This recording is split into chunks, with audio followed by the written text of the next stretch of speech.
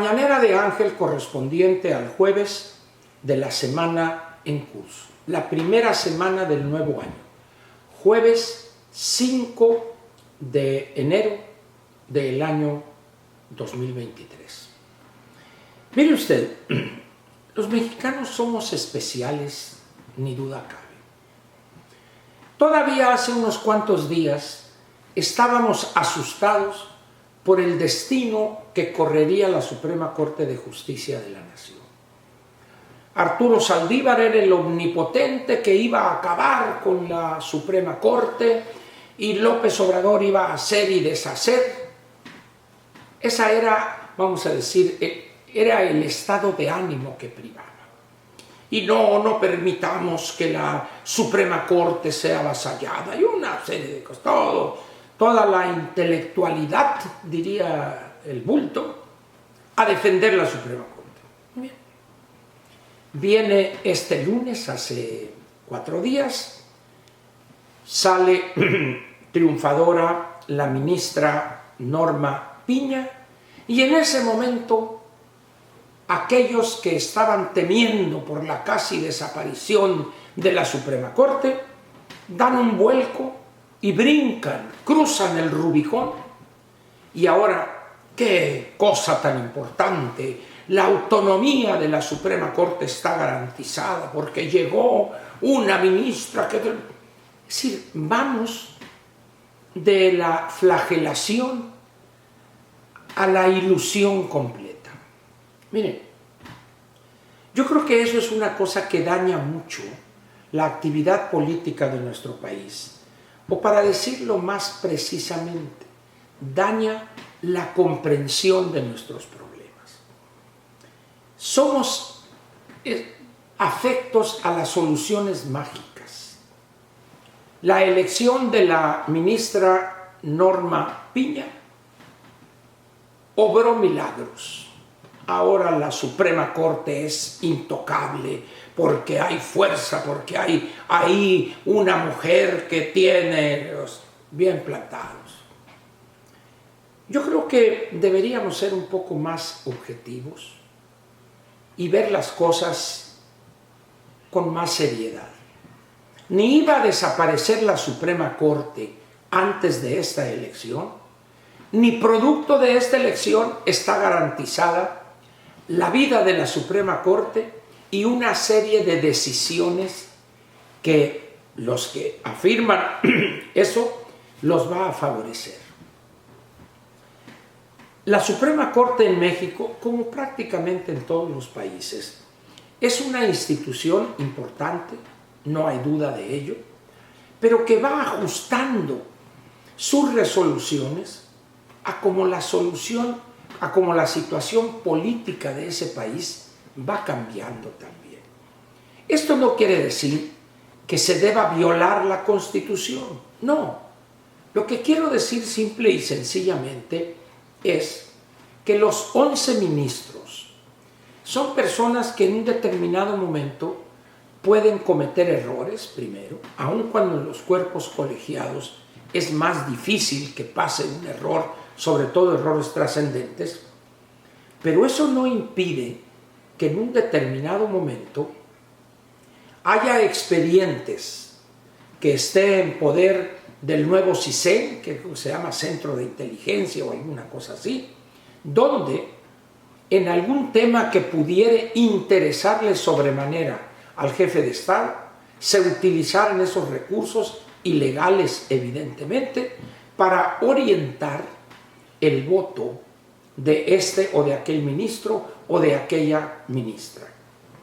Esto que puede parecerle a alguien impensable es de lo más normal en el mundo. ¿Acaso piensan ustedes que los 11 integrantes del Pleno de la Suprema Corte son casi unos santos? No, son humanos. Hay decisiones que tomaron a lo largo de su vida profesional que o fueron equivocadas esas decisiones o que en un momento fueron tomadas a cambio de favores, grandes, chiquitos, regalos, no regalos o presiones simplemente. No estoy diciendo que haya esa cosa, lo que estoy diciendo es que debamos ser mucho más objetivos en los juicios que elaboramos en torno al desempeño futuro de los 11 ministros que integran el Pleno de la Suprema Corte. Es evidente que las esperanzas de un comportamiento recto de la ministra Norma Piña, ahora ya en su calidad de presidente de la Suprema Corte, pues para muchos es un comportamiento esperado, profesional, serio, digno, independiente, que el que mostró, no estoy diciendo que llevó a cabo, simplemente el que dejó ver con su conducta, con sus gestos, de parte del ministro, hoy solo ministro, y todavía hace 4 días, expresidente o presidente todavía el día 31 de diciembre del Pleno de la Suprema Corte. Las presiones en determinado momento sobre un juzgador aumentan en la medida en que el asunto es más importante. Asuntos, vamos a decir, casi de rutina, pues que resuelvan de acuerdo a derecho, pongámoslo de esa manera. Pero ¿qué tal si ese asunto el jefe de Estado, en este caso el bulto, lo considera vital para su gobernación? ¿Ustedes piensan que se van a detener las fuerzas alrededor de López para no presionar a alguno o a algunos de los ministros de la Suprema Corte? Y yo les diría, no sean ingenuos, por favor. Ojalá y haya una valentía tal que no pasen esas presiones. Pero, ¿qué tal si los expedientes de algunos de los 11 son suficientemente fuertes, graves, que los obligarían a actuar en contra de su voluntad? ¿Le parece a usted inconcebible eso? Pues acostúmbrese a la realidad. Esa es la realidad en este país y en aquel, y en aquel, y en el otro, y en el otro. Por eso esos bandazos de la tragedia inmediata, va a desaparecer la Suprema Corte, a la euforia total, donde un dique de dignidad y de valentía y de firmeza está para detener las presiones del bulto. Ni una cosa ni la otra. Para que realmente la Suprema Corte en México y el Pleno, los 11 ministros, pudieran actuar con apego estricto a lo que establece la Constitución, debería haber un movimiento ciudadano fuerte, actuante, exigente, para que en un determinado momento los 11 ministros se sintieran cobijados, protegidos por esa fuerza ciudadana. Pero eso no existe en México. No soñemos. Al ciudadano ahorita le importa que el fútbol, que si este señor portugués que se cambió a un país que es el Zacatepec de Arabia Saudita, que no sé cómo se llama, o que Pelé, estamos tristes, molto tristes porque el rey. Así es el mexicano, el ciudadano de a pie. Le interesa más ese veneno embrutecedor del fútbol que la suerte de la Suprema Corte y sus decisiones. Por eso, si lo que queremos es tener una Suprema Corte fuerte, valiente, sus 11 integrantes del Pleno, para no ceder a las presiones del poderoso en turno, vamos a trabajar en favor de un ciudadano activo, comprometido, que defienda a la Suprema Corte. Pero resulta que en este país, de los 95 millones de ciudadanos inscritos en la lista nominal, ¿qué porcentaje piensa usted que conoce lo que hace la Suprema Corte y la importancia que tiene un actuar digno e independiente del jefe de Estado? ¿Qué porcentaje le gusta a usted? ¿El 1%? Es decir, le estoy poniendo una cosa mínima. No, hombre, Ángel, 900,000. Bueno, ¿le parece a usted el 5%? 4,5 millones. Es decir, entendamos que en México no existe esa cultura de la defensa de las instituciones. Y el otro problema es la ignorancia de lo que hace, para qué sirve, cuál es el papel de una de esas instituciones que es la Suprema Corte.